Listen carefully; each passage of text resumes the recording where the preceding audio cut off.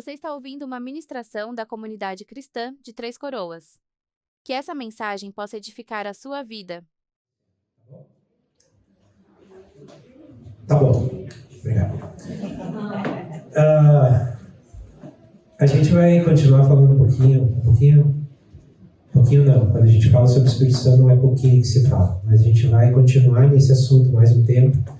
E hoje eu quero começar a falar, na verdade colocar uma base só. A gente vai voltar nesse tema de outras formas, de outras maneiras, olhando outros aspectos, mas eu quero começar hoje a falar um pouquinho sobre o batismo com o Espírito Santo. Esse tema ele é extremamente importante, talvez seja a promessa mais importante que nós encontramos ali no Novo Testamento, a promessa que Jesus fez, que João Batista já falava sobre isso. E na nossa realidade como igreja local, foi um dos assuntos que mais nos cativou, mais nos desafiou lá no início, lá no século passado. E eu lembro que quando o Jean falou a primeira vez para mim sobre esse assunto, eu nunca tinha escutado falar sobre isso. E quando ele falou em dons, eu também nunca tinha escutado falar sobre isso. Então, para mim foi muito, muito impactante, tanto que eu disse para o Jean, se isso é para os nossos dias, é para acontecer conosco, eu quero, e nós vamos buscar isso. E a gente começou a fazer isso lá, e muitos outros irmãos foram se achegando em função dessa busca pelo Senhor. Então foi um assunto que a gente falou muito, muito, muito. E, com o passar do tempo, a gente acabou não falando mais nada sobre isso. E a gente vê a necessidade de retomar isso, porque é um assunto fundamental para que a igreja, para que nós como igreja local, para que nós como discípulos de Jesus, andemos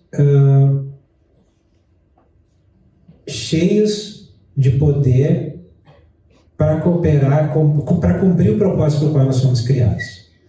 Então eu gostaria de hoje colocar um pouco de fundamento nisso, e a gente vai retomar, como eu disse, isso em outros momentos também. Infelizmente, muitas vezes, esse tema do batismo com o Espírito Santo é reduzido a uma experiência espiritual marcante. Algo que aconteceu em determinado dia, determinada forma, naquele ambiente, durante aquele período de louvor, durante aquela ministração. Porém, o batismo com o Espírito Santo é muito, muito, muito mais do que isso. E a gente vê que Deus ele concede o Espírito e depois o enchimento do Espírito, a plenitude do Espírito, para capacitar a igreja para viver uma vida santa, para nos capacitar para vivermos de acordo com a vontade do Pai, para nos capacitar a viver a vida cristã normal, para nos capacitar a sermos testemunhas fiéis de Jesus, para nos capacitar para cumprir a missão que Jesus deixou até que Ele volte. Então, o batismo com o Espírito Santo, ele é fundamental para a nossa vida cristã, para nós cumprirmos plenamente aquilo para o qual nós somos criados. Então eu quero entrar por esse assunto e a gente já vê uma menção dele. A gente vê menção sobre esse enchimento do Espírito, ou derramar do Espírito no Antigo Testamento. Eu até vou citar um texto aqui, mas a gente vê, eu quero partir de João Batista, porque antes que Jesus começou o ministério dele, antes que ele se revela e começa a pregar e falar sobre o reino de Deus, antes disso João Batista já falou sobre esse assunto. Antes disso, ele já anunciou que viria um outro muito maior do que ele, e esse batizaria com o Espírito Santo. E a gente vê esse texto lá em Lucas 3,15.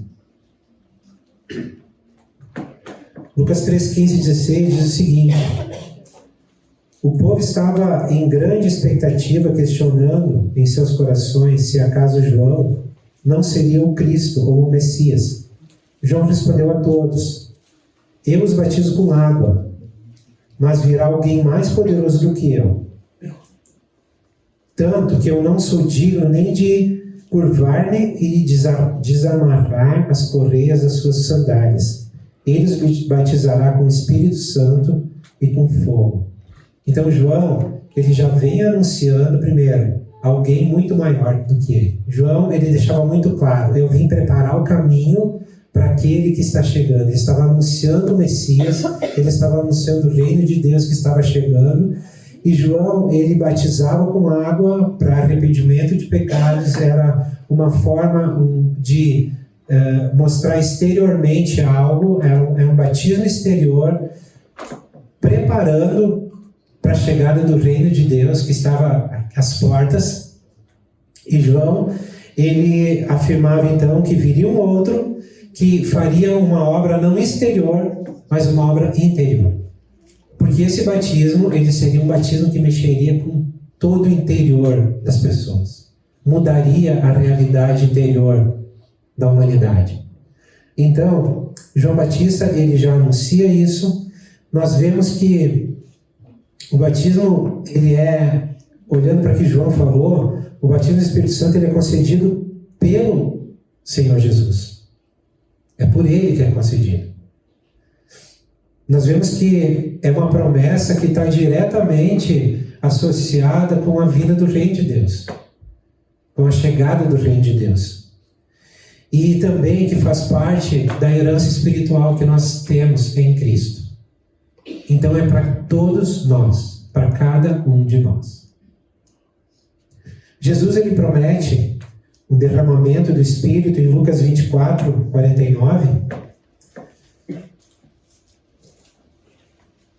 Aqui no contexto, Jesus, ele já havia ressuscitado e ele estava conversando com os discípulos, dando instruções para eles, anunciando para eles que ele voltaria ao Pai e enviando eles em missão para continuar a missão dele de encher a terra com a glória de Deus.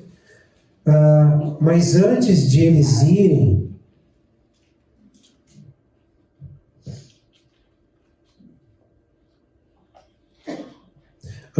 só um pouquinho. Antes de eles irem, Jesus dá uma ordem muito clara para eles, que está aqui em Lucas 24, 49, que diz o seguinte: eu lhes envio a promessa do meu Pai, mas fiquem na cidade até serem revestidos de poder do alto. Então existiu uma ordem para os discípulos: não saiam para fazer nada enquanto que vocês não forem preenchidos ou cheios do poder que vem do alto, do poder de Deus que vem do alto por conta do derramamento do Espírito Santo. Aqui nós vemos que Jesus falando com discípulos que andaram com ele durante vários anos, que viram Jesus fazer milagres, que conheciam a mensagem de Jesus, que inclusive tinham sido enviados por ele em 2 ocasiões, de 2 em 2, para proclamarem o reino de Deus, para proclamarem ou testemunharem a respeito do Senhor. Mas Jesus disse para eles: não saiam e façam nada ainda, enquanto que vocês não forem revestidos de poder. Porque, às vezes, irmãos, eu creio que a gente cai nesse erro, muitas vezes eu caí nesse erro, e a gente precisa cuidar todos os dias para não cair, é de procurar fazer a obra de Deus com o nosso próprio esforço, com a força do nosso braço, com o nosso conhecimento intelectual, com a nossa sabedoria humana. Aquilo que Jesus nos mandou fazer, para nós termos êxito e para nós sermos capazes de fazer isso, nós precisamos do poder do Espírito Santo em nós. Nós precisamos, porque Ele decidiu que fosse assim. Então, o ministério que Jesus tinha dado para os discípulos, a missão que Ele tinha dado para ele, tinha algo que ainda precisava acontecer antes de eles de fato partirem e começarem a ser testemunhas. Eles precisavam ser cheios do poder do Espírito Santo. Em João 20, 21 e 22, abre aí a palavra para tu ler junto. João 20, tem aqui um fato muito interessante que acontece antes do derramamento do Espírito Santo, antes do que acontece lá, depois que Jesus volta ao céu. Aqui Jesus ainda estava com os discípulos, e algo muito, muito precioso acontece aqui, e que nos remete a algo importantíssimo que faz parte também da obra do Espírito Santo em nós. Em João 20, 21, então, Jesus diz assim: paz seja com vocês, assim como o Pai me enviou, eu os envio. E com isso, soprou sobre eles e disse: recebam o Espírito Santo. Aqui algo muito interessante acontece, o fato de Jesus ter soprado sobre eles o Espírito Santo. Ainda não havia acontecido o derramamento do Espírito, que viria depois, mas aqui Jesus sopra sobre eles o Espírito Santo. E a gente vê um paralelo muito claro com o que aconteceu lá na criação. Quando Deus ele forma Adão do pó da terra, e aí diz que o Senhor vai e sopra o fôlego de vida, o seu espírito de vida nas narinas de Adão. E dá vida para ele. E depois que Adão tem vida, ele recebe uma missão. E a missão de Adão era povoar a terra com a glória de Deus. Ou povoar a terra e encher a terra da glória de Deus. O que a gente estudou isso um tempo atrás aqui? O que Deus estava propondo para Adão? Ele estava dizendo para Adão o seguinte: Adão, debaixo da minha liderança, tu está vendo toda a minha glória aqui no jardim. Agora eu quero que tu, tua esposa, se multipliquem e alarguem ou passem as fronteiras desse jardim e levem a glória que vocês veem aqui para toda a terra. Povoem a terra com a glória, com a minha glória. Adão havia recebido uma missão para levar beleza, para levar ordem, para levar abundância que existia ali no jardim e estender isso por toda a terra. A gente sabe que o pecado interferiu, Adão não cumpriu isso, Adão não conseguiu fazer isso por causa do pecado, mas aqui, quando Jesus sopra o Espírito sobre os discípulos, ele estava restaurando essa missão.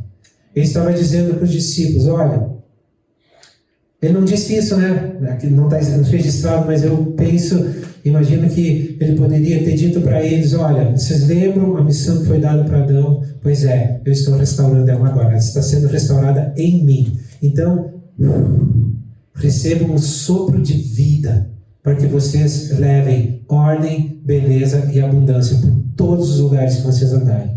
Encham a terra da glória de Deus. Essa foi a missão dada. Jesus sopra o Espírito Santo, porque ele sabia que só com o poder do Espírito se era capaz. Adão, justamente, ele não cumpriu esse propósito, porque o Espírito dele morreu por causa do pecado. E agora precisava haver uma restauração, e essa restauração acontece em Jesus. Então essa missão ela é restaurada, e os discípulos a partir dali, então, depois foram enviados, mas ainda assim Jesus disse para eles: olha, esperem só mais um pouquinho, porque vocês ainda precisam ser revestidos de poder. O meu Espírito já está em vocês, mas agora vai vir uma plenitude, um poder do céu, para que vocês cumpram o chamado, para que vocês cumpram aquilo que eu estou pedindo para vocês fazer. E sobretudo eu creio que esse poder é necessário em nós, para nós vivermos como filhos amados do Pai. Sem o Espírito Santo ninguém é filho, e sem o Espírito Santo nós não somos capazes de viver a vida cristã. Não somos capazes. Nós precisamos dele para isso. Em Atos 1:8, a gente chega na promessa de Jesus, né? Quando um pouquinho antes fez parte da última conversa que ele teve com os discípulos. Logo depois disso ele foi levado novamente para o céu, onde ele está até hoje esperando a ordem do Pai para voltar. E ele diz o seguinte: mas receberão poder quando o Espírito Santo descer sobre vocês, e serão minhas testemunhas em Jerusalém, em toda a Judeia e Samaria e até os confins da terra. Eu falei no início que um dos problemas com o batismo do Espírito Santo, ou um entendimento equivocado sobre isso, é quando a gente resume ele a um evento, a uma sensação, a uma emoção, a algo que aconteceu conosco, a uma experiência espiritual. E não olha para o verdadeiro propósito para o qual isso acontece. E aqui Jesus, ele mostra o propósito pelo qual, o propósito principal do batismo com o Espírito, do ser cheio do Espírito, que é de sermos testemunhas de Jesus. Sermos testemunhas dele. Vocês vão lembrar que quando a gente vai lendo Atos, a gente vê ali no dia de Pentecostes o derramamento do Espírito Santo e uma série de eventos começam a acontecer. Mas o que marca no livro de Atos é a fidelidade dos discípulos. Eles recebem uma missão, eles começam a fazer essa missão, e teve dias muito bons, teve dias gloriosos, como foi o dia do derramamento do Espírito, mas teve dias muito difíceis, onde a fé deles foi colocada à prova, e onde inclusive a vida deles foi colocada em risco, e a gente sabe que quase todos os apóstolos foram martirizados. Eles morreram por causa da sua fé. E quando Jesus fala que eles deveriam esperar para serem cheios de poder, para serem testemunhas, ele sabia o que viria pela frente. Ele sabia que eles naturalmente não cumpririam aquela missão e não seriam capazes de suportar a pressão que viria por serem testemunhas de Jesus. Então, eles se tornam testemunhas cheios de poder para suportar aquela missão em tudo o que era necessário, em todos os aspectos que viriam a ser necessários. Eles estavam ali, cheios do Espírito Santo, para daí sim cumprir aquilo que o Senhor tinha chamado eles para fazer. O Espírito Santo, ele nos fortalece para evangelizar, ele nos capacita para servir, o Espírito Santo nos ajuda a permanecer fiéis, mesmo em dias muito difíceis. Mesmo em dias de sofrimento, de dor, de perda, é o Espírito Santo que nos consola. É Ele quem é o nosso amigo, é Ele quem é o nosso companheiro, é aquele que está presente, é aquele que mostra o caminho, é aquele que nos lidera. Por isso Jesus, ele deixa muito claro para os discípulos que eles precisavam esperar até que essa promessa, que era a promessa do próprio Pai, se cumprisse. E aí em Atos 2, nós vemos o cumprimento da promessa. Atos 2, chegando o dia de Pentecostes, estavam todos reunidos num só lugar. Então eles estavam esperando. Aqui já haviam passados vários dias, muitos dias. Eles estavam esperando o cumprimento. Não foi assim, Jesus subiu e disse, espera um pouquinho, Jesus chegou no céu e já aconteceu. Não, eles tiveram que perseverar. Eles se reuniram, eles tinham uma promessa e eles tinham uma ordem de Jesus. E o que a gente vê aqui é eles esperando para que isso se cumprisse. Estavam reunidos num só lugar. De repente veio do céu um som, como de um vento muito forte, e encheu toda a casa na qual estavam assentados. E viram o que parecia línguas de fogo, que se separaram e pousaram sobre cada um deles. Todos ficaram cheios do Espírito Santo e começaram a falar em outras línguas, conforme o Espírito os capacitava. Então, o que Jesus havia prometido para eles, o que João Batista tinha falado, o que os profetas haviam anunciado, nesse dia se cumpriu. Então, os discípulos foram cheios do Espírito Santo, e ali acontece algo impressionante, que na sequência do texto diz que eles começaram a declarar as grandezas de Deus. Com um detalhe, em idiomas que eles nunca tinham falado antes. E no versículo 5 a 11, nós vemos que havia, por conta da festa, havia em Jerusalém vários judeus de várias nações diferentes. Falavam em línguas que não era comum falar em Jerusalém. Quando os discípulos foram cheios do Espírito Santo, foi dada uma capacidade para eles de falar no idioma daquelas nações que estavam presentes ali em Jerusalém. Aquilo chocou tanto os povos que estavam ali, que eles disseram assim, escuta, esses caras, eles não são tudo galileus? E os galileus, eles tinham umas características interessantes, porque eles tinham um sotaque próprio da região que eles viviam. Então, eles eram facilmente identificados pelo sotaque deles. E eles disseram, não, eles não são galileus? Como é que pode? Eles estão falando na língua que eu entendo, no meu idioma. Como pode isso? Aí outros mais céticos, né? Disseram, não, rapaz, eles estão bêbados, não vi que eles já tomaram muito vinho. Estão bêbados, não falam coisa com coisa. Mas estava acontecendo algo extraordinário ali. O Espírito Santo, ele estava, a partir daquele momento, impulsionando os apóstolos, os discípulos que estavam reunidos ali com eles, para cumprirem a missão que Jesus tinha dado. E algumas coisas que a gente consegue pegar nesse texto, que é interessante, é que estavam várias nacionalidades, então, ali representadas naquele momento. Era como se Deus estivesse dizendo: o que eu vou fazer agora não se restringe a Israel, não se restringe a essa região, não se restringe a um único povo, mas o que eu vou fazer com todos os povos. Eu vou derramar sobre todos os povos. E foi o que aconteceu. O Evangelho, ele é pregado em todas as nações, está sendo ainda, pregado, e o objetivo é chegar em todas as nações. E uma outra coisa bem interessante aqui é que a gente vê que Jesus quer fazer isso através de pessoas comuns, como eu e tu. Aqueles galileus, eles eram, pelo povo de Jerusalém, eles eram considerados assim meio inferiores, por alguns motivos. Os religiosos não consideravam eles bons o suficiente, porque eles moravam numa região que estavam próximos, perto, faziam fronteira com os gentios, com povos que não eram judeus. Então, na cabeça dos religiosos, eles facilmente se contaminariam com essas nações. Então, eles não eram também muito dignos assim de confiança e não eram, falando religiosamente, aqueles caras os quais podia, não, esse cara é fiel. Não, ele podia estar contaminado, afinal, ele estava ali no meio naquela região que podia se contaminar com outros povos, dentro das tradições que eles tinham. Eles eram homens simples. A maioria deles daquela região eram lavradores ou pescadores, eram pessoas comuns. Não tinha nenhum mestre tremendo lá no meio deles. Pelo menos não à vista dos religiosos daquela época, que estavam concentrados mais ali em Jerusalém.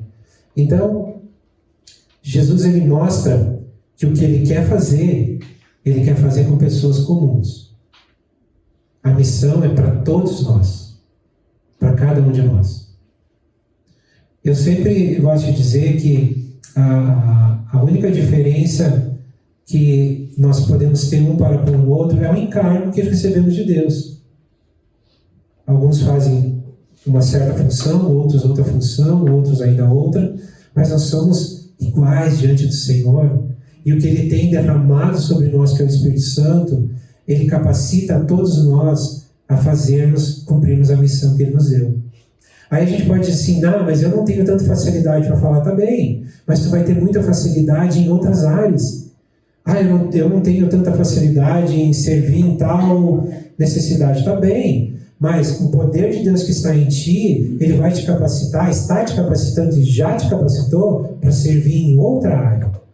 A questão é, todos nós somos chamados, e sobre todos nós é o desejo de Jesus derramar do seu Espírito, nos encher plenamente dele, nos dar poder para cumprirmos a missão. Amém, irmãos? Amém. Quando a gente segue o texto lá no versículo 17 de Atos 2, nós lemos o seguinte: Pedro, ele explica para eles o que está acontecendo. Ele diz: olha, nós não estamos bêbados não, deixa eu explicar para vocês o que está acontecendo aqui. E ele diz o seguinte: nos últimos dias, diz Deus, derramarei do meu Espírito sobre todos os povos. Os seus filhos e suas filhas profetizarão. Os jovens terão visões, os velhos terão sonhos. Sobre os meus servos e as minhas servas derramarei do meu Espírito naqueles dias, e eles profetizarão. Mostrarei maravilhas em cima no céu, os sinais embaixo na terra, sangue, fogo, nuvens de fumaça. O sol se tornará em trevas e a lua em sangue, antes que venha o grande e glorioso dia do Senhor. E todo aquele que invocar o nome do Senhor será salvo. Pedro, ele faz menção de uma palavra profética dada por Joel, ou através do profeta Joel, anunciando esse derramamento do Espírito Santo.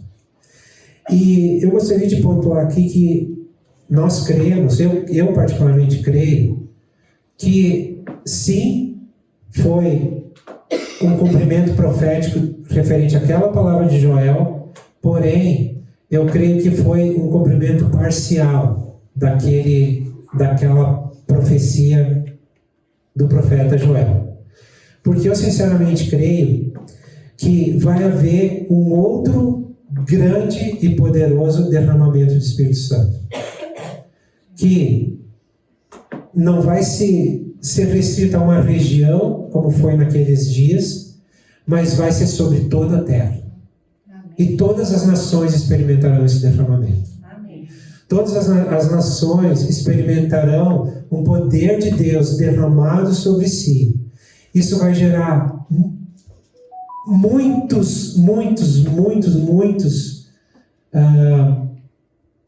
conversões.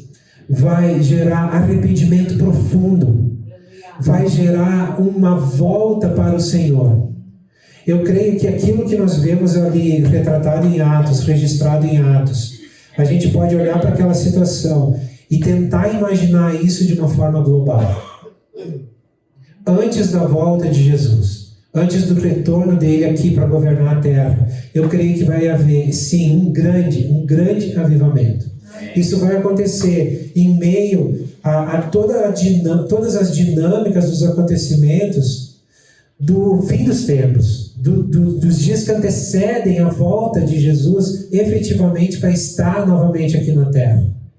Eu creio nesse dia, eu vivo para esse dia. Amém. Eu creio nisso, irmãos. Eu creio que vai haver sim um grande, glorioso avivamento.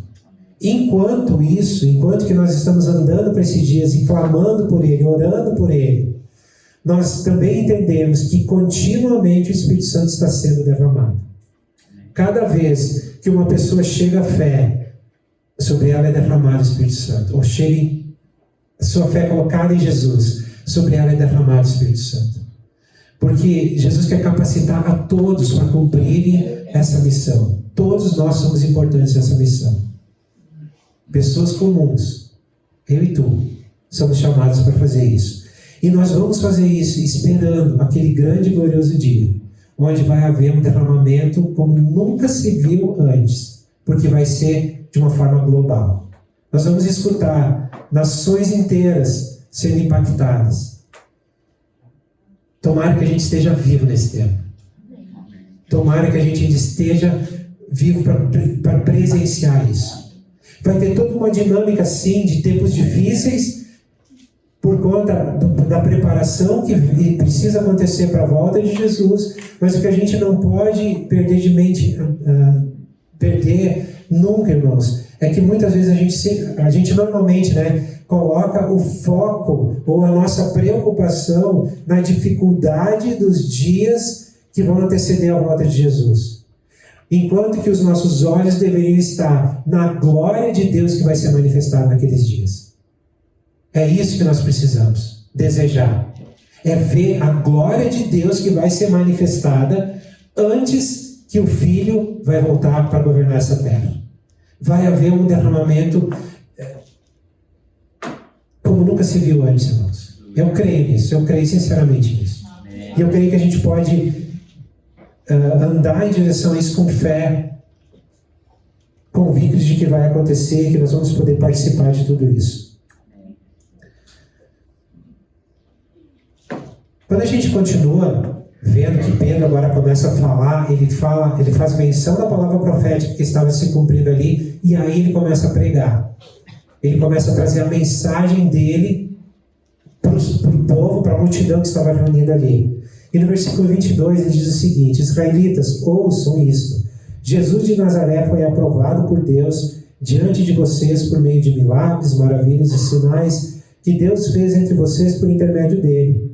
Como vocês mesmos sabem, este homem lhes foi entregue por propósito determinado e pré-conhecimento de Deus, e vocês, com a ajuda de homens perversos, o mataram, pendurando-o na cruz, mas Deus o ressuscitou dos mortos, rompendo os laços da morte, porque era impossível que a morte o retivesse. O que nos chama a atenção na pregação de Pedro? Todo o conteúdo, claro, e a gente poderia ficar falando horas sobre o que Pedro falou aqui a respeito de Jesus, mas eu estou falando aqui sobre o batismo do Espírito Santo. E eu quero que tu preste atenção numa coisa. Pedro, ele começa a pregar. Ele não fala do vento impetuoso que entrou na sala onde eles estavam orando. Ele não fala das línguas como de fogo que se posicionaram sobre cada uma das pessoas que estavam ali orando. Ele não fala do sinal. Ele não fala da experiência. De quem ele fala? De Jesus. O Espírito Santo, ele nunca traz atenção para si mesmo. Ele sempre coloca, ele quer manifestar e ele quer revelar Jesus. É isso que ele faz. Quando nós olhamos a pregação apostólica, não apenas essa de Pedro, mas todas as demais, depois em Atos, nas cartas de Paulo, a maneira que ele também levava o Evangelho, nós ali encontramos um padrão. O padrão é Jesus no centro de tudo. A palavra era sobre Jesus. Apontava para Jesus. Pedro, ele declara aqui, fala dos milagres de Jesus, ele fala da pessoa de Jesus, ele fala que ele foi o enviado, e ele diz, olha, vocês junto com os perversos mataram ele. Mas também, Deus ressuscitou ele dos mortos, porque a morte não era capaz de deter ele, e ele fez dele Senhor e Cristo, ou Senhor e Messias.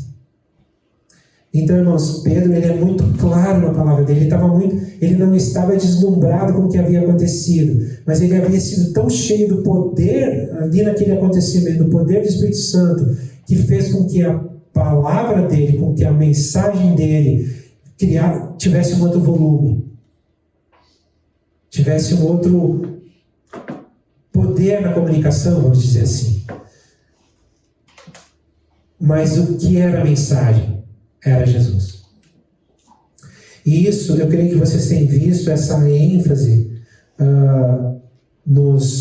na palavra, e essa ênfase que nós temos trazido para aqui sempre, para aquilo que nós falamos. Nós procuramos sempre, nas canções, na palavra, colocar Jesus no centro, porque é o lugar que ele deve estar. Quando nós pregamos qualquer evangelho que não coloque Jesus no centro, isso é um outro evangelho. Não é o Evangelho de Jesus Cristo. E nós não queremos e não vamos correr o risco de fazer isso.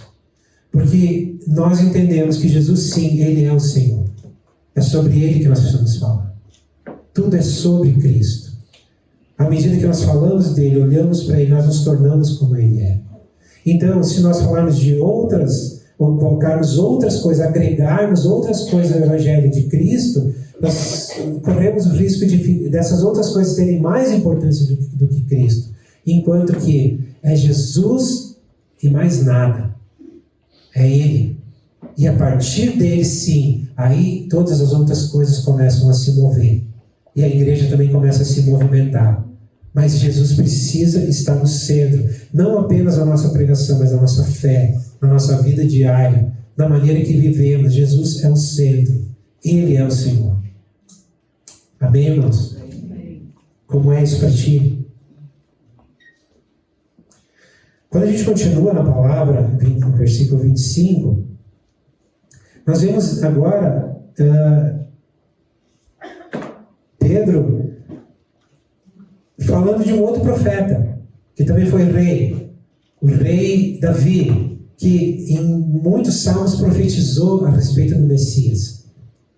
E ele cita Davi e diz o seguinte, Davi dizendo, eu sempre via o Senhor diante de mim, porque Ele está à minha direita, não serei abalado, por isso o meu coração está alegre, a minha língua exulta, e o meu corpo também repousará em esperança, porque tu não me abandonarás no sepulcro, nem permitirás que o teu santo sofra decomposição. Tu me fizeste conhecer os caminhos da vida e me encheste de alegria na tua presença. Uma palavra profética de Davi, claramente a respeito de Jesus. Claramente a respeito do Messias. Aquele que viria, que seria crucificado, que seria morto, mas que não ficaria morto, porque a morte não podia segurar ele, porque não havia pecado, mas ressuscitaria e seria o Senhor, o Messias. Uma palavra profética. Por que isso é importante a gente lembrar não apenas da palavra profética, porque aqui é uma palavra profética já falando a respeito da ressurreição de Jesus, então é uma verdade a respeito disso. Agora, o que eu queria salientar aqui, a importância de nós conhecermos a palavra de Deus. Porque se tu for olhar o que Pedro está falando, ele foi cheio do Espírito Santo e ele começa a fazer o quê? Ele começa a mencionar trechos da palavra de Deus que ele conhecia.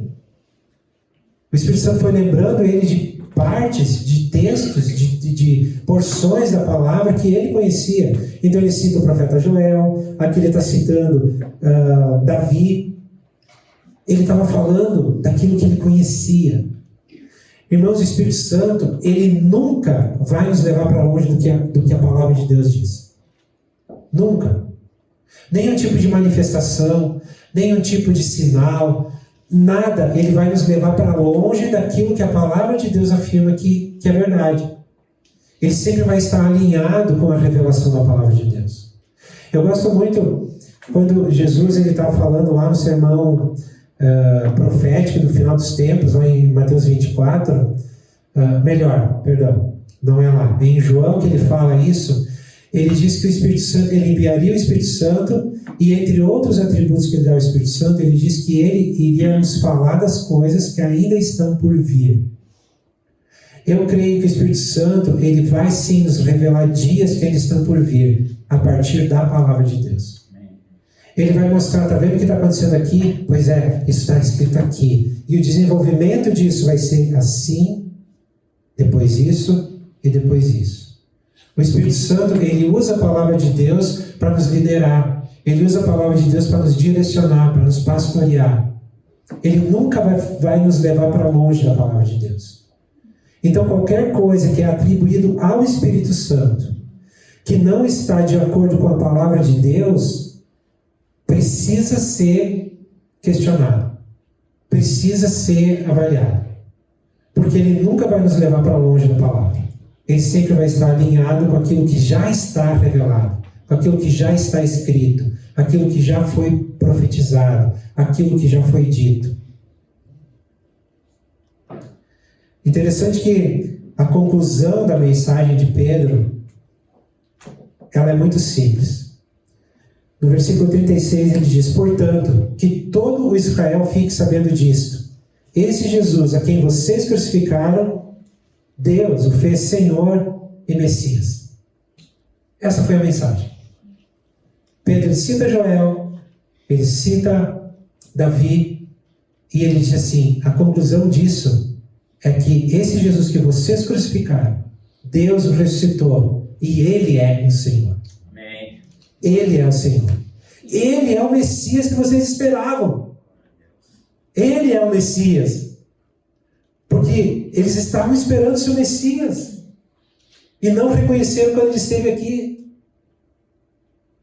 Mas Pedro declara: tudo isso que vocês estão vendo é cumprimento da palavra profética. O derramar do Espírito, a morte de Jesus, o sepultamento de Jesus, a ressurreição de Jesus, tudo isso já estava dito. Os profetas já tinham falado sobre isso. O que nós estamos vivendo aqui o que nós estamos vivendo aqui no presente é o cumprimento daquilo que os profetas haviam dito, que Deus havia falado através deles que iria acontecer. Existem muitas profecias que ainda não se cumpriram, que estão por vir, e nós, com olhos quando olhamos para esse tipo de mensagem, nós precisamos saber que todas elas vão se cumprir. Cada uma. E nós vamos poder participar disso. Uma vez que Pedro dá a mensagem, o que acontece com o povo? E aqui nós vemos outra obra, uma das obras do Espírito Santo que eu falei há 2 semanas atrás. Quando o Espírito Santo fala ao coração do povo, ele é convencido do pecado. Ele é levado ao arrependimento. No versículo 37, quando ouviram isso, ficaram aflitos em seu coração e perguntaram a Pedro e aos outros apóstolos: irmãos, o que faremos? Ou seja, aquela palavra dada por Pedro tinha impactado tanto o coração deles, porque havia sido ministrada pelo Espírito Santo ao coração deles, que eles chegaram num lugar de dizer assim: E agora nós matamos o Messias, o que a gente vai fazer?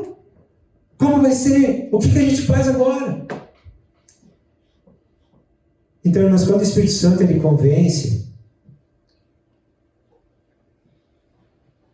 ou melhor, quando acontece um verdadeiro mover do Espírito Santo, ele produz arrependimento e transformação. Isso precisa estar bem firmado no nosso coração.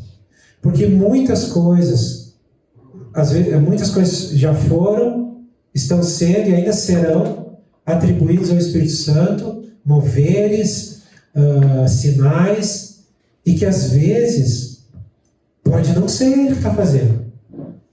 Pode ter a ver com a emoção do homem, pode ter a ver com a carne do homem, e às vezes até com coisas malignas pode ter a ver também. Mas quando a gente tem um relacionamento com o Senhor, quando o Espírito Santo já habita em nós, ele testifica do que é dele e do que não é. Então precisamos ficar atentos, precisamos ficar ligados. Nem tudo que é mover é de Deus. Mas todo mover que é de Deus traz transformação de vida. Todo mover que é do Espírito Santo, ele vai levar ao arrependimento e à transformação de vida. Outro dia a gente estava conversando num grupo e me fizeram uma pergunta como eu via ou o que eu achava que ia acontecer por conta desse avivamento que se fala nos últimos dias que eu acabei de falar aqui também. E para mim é muito claro. O avivamento que esperamos, o avivamento que está predito na palavra, o avivamento que a gente espera que aconteça antes que Jesus volte, esse avivamento é um avivamento que vai levar os povos ao arrependimento. Não vai ser simplesmente um avivamento que vai fazer barulho, que vai juntar multidões, que vai fazer isso, vai fazer sinais mirabolantes e isso e aquilo. Os sinais vão acompanhar, eu creio que sim, vão sim acompanhar. Vai ter muita cura, vai ter muita libertação, vai ter muita palavra profética, tudo isso vai acontecer, eu creio. Mas o que vai chamar mais atenção é o arrependimento. É pessoas que antes não olhavam para Jesus, começarem a olhar para Ele. É pessoas que não viam a necessidade de ter um Salvador, chegarem a um arrependimento profundo e clamarem pelo Salvador. É pessoas que não criam no Messias, olharem e esperarem desejosamente a volta do Messias. Eu creio que é esse o avivamento que vai acontecer. E é desse avivamento que nós queremos fazer parte também. E aí Pedro dá a resposta para eles, o que precisava então ser feito. Ele diz, olha, arrependam-se, cada um de vocês seja batizado no nome de Jesus Cristo para perdão dos seus pecados e receberão o dom do Espírito Santo. Pois a promessa é para vocês, para os seus filhos e para todos os que estão longe, para todos quantos o Senhor, o nosso Deus, chamar. Então, irmãos, o caminho para recebermos essa plenitude, sermos cheios do Espírito, ou o batismo do Espírito, é muito simples. Começa com arrependimento. Precisamos, se ainda não cremos em Jesus, é o primeiro arrependimento que precisa acontecer. Isso segue do batismo nas águas, que traz publicamente aquilo que já aconteceu no nosso coração, e aí vem a promessa de que o Espírito Santo, ou o dom do Espírito, virá sobre aqueles que creem. Nem sempre essa sequência é assim. O que precisa, sim, é o arrependimento, em primeiro lugar. Mas, às vezes, o que aconteceu com alguns de nós, inclusive, nós fomos batizados no Espírito Santo antes mesmo de ter sido batizados nas águas. Mas o que tinha acontecido? Já estava resolvido aqui dentro. E aí o Senhor derrama o Espírito Santo sobre nós, nos capacita para pregarmos a palavra, para darmos testemunho, para darmos o testemunho de Jesus. Hoje eu não vou falar de dons por querer, tá? Porque normalmente quando a gente fala de batismo com o Espírito Santo, então nós vamos falar sobre dons, ou tal dom. Não, a gente vai fazer uma construção aqui. E o que eu gostaria de trazer hoje é o fundamento para nós entendermos o quão importante é o quão glorioso foi o que aconteceu, o quão glorioso vai ser o que ainda vai acontecer, e o quão glorioso é o que acontece todos os dias conosco. Todos os dias. Com cada um de nós. Nós precisamos apenas crer. Então, o batismo com o Espírito Santo, ele foi anunciado por João, foi confirmado por Jesus, ele foi cumprido no dia de Pentecostes. O seu propósito principal é capacitar os discípulos para testemunhar de Cristo, para viver uma vida cristã normal, cheia do Espírito, para cumprir a missão que Jesus nos deu. O mesmo Espírito que encheu os primeiros discípulos continua sendo derramado sobre aqueles que creem em Jesus hoje. O mesmo Espírito é derramado. A mesma promessa é para cada um de nós hoje. E talvez a pergunta que permanece é a mesma que foi feita pela multidão em Jerusalém. Então, irmãos, o que nós devemos fazer? E a resposta é a mesma: arrependimento, batismo nas águas, dom do Espírito. Eu creio que aqui praticamente todos já são batizados nas águas. Se alguém ainda não foi, e baseado no que nós estamos falando aqui, isso despertou no teu coração, então venha nos falar. Queremos conversar, porque o batismo das águas ele é apenas um passo depois de um arrependimento verdadeiro, de um entendimento de quem é Jesus, a obra da cruz. Isso também é gerado pelo Espírito, não é possível ser gerado por homens. Então, se isso está sendo gerado no teu coração hoje, é o Espírito Santo que está fazendo. Não é porque eu estou falando alguma coisa aqui, é porque o Espírito Santo está fazendo no teu coração. E a certeza é de que todos nós estamos debaixo da promessa de recebermos o dom do Espírito. Mais para frente nós vamos falar sobre dons e talvez vamos pegar vários aspectos sobre esse assunto também, hoje não, mas o que eu gostaria de salientar hoje é que a promessa foi cumprida. Amém? Amém? A promessa foi cumprida. E ela está disponível para cada um de nós. O que eu ainda vou falar sobre dom, é que a maioria de nós aqui já é batizado com o Espírito Santo e já tem dons, mas eu creio que nós estamos num estado de hibernação. E a gente precisa acordar. Despertar e permitir que os dons que foram dados a cada um de nós comecem a fluir livremente para a edificação do corpo de Cristo, para cumprirmos a missão que o Senhor nos deu. Amém. E nós vamos orar para que isso aconteça. Vamos começar, já estamos falando sobre isso, mas queremos intensificar essa oração para que isso aconteça. Quem não é batizado no Espírito Santo vai ser, e quem já é, os dons que recebeu vão começar a se tornarem evidentes, e tu vai poder operar esses dons para a edificação do corpo de Cristo. Amém? Amém. Creem nisso? Amém. Vocês desejam isso? Amém. Amém? Então é sobre isso que nós vamos orar. Amém? Eu quero pedir para o time de louvor vir aqui. A gente já vai tomar a ceia juntos. Eu estava pensando como eu podia conectar a ceia com esse que nós falamos aqui. E hoje eu vou fazer uma coisa bem diferente. Eu não vou falar praticamente nada sobre a ceia, porque a gente já fala isso todos os meses, a gente fala bastante sobre isso. Hoje, na verdade, nós vamos declarar a nossa fé antes de tomar a ceia.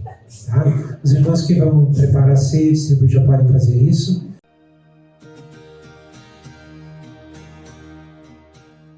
Você acaba de ouvir uma de nossas ministrações. Esteja conosco em nossas reuniões e nos siga nas redes sociais.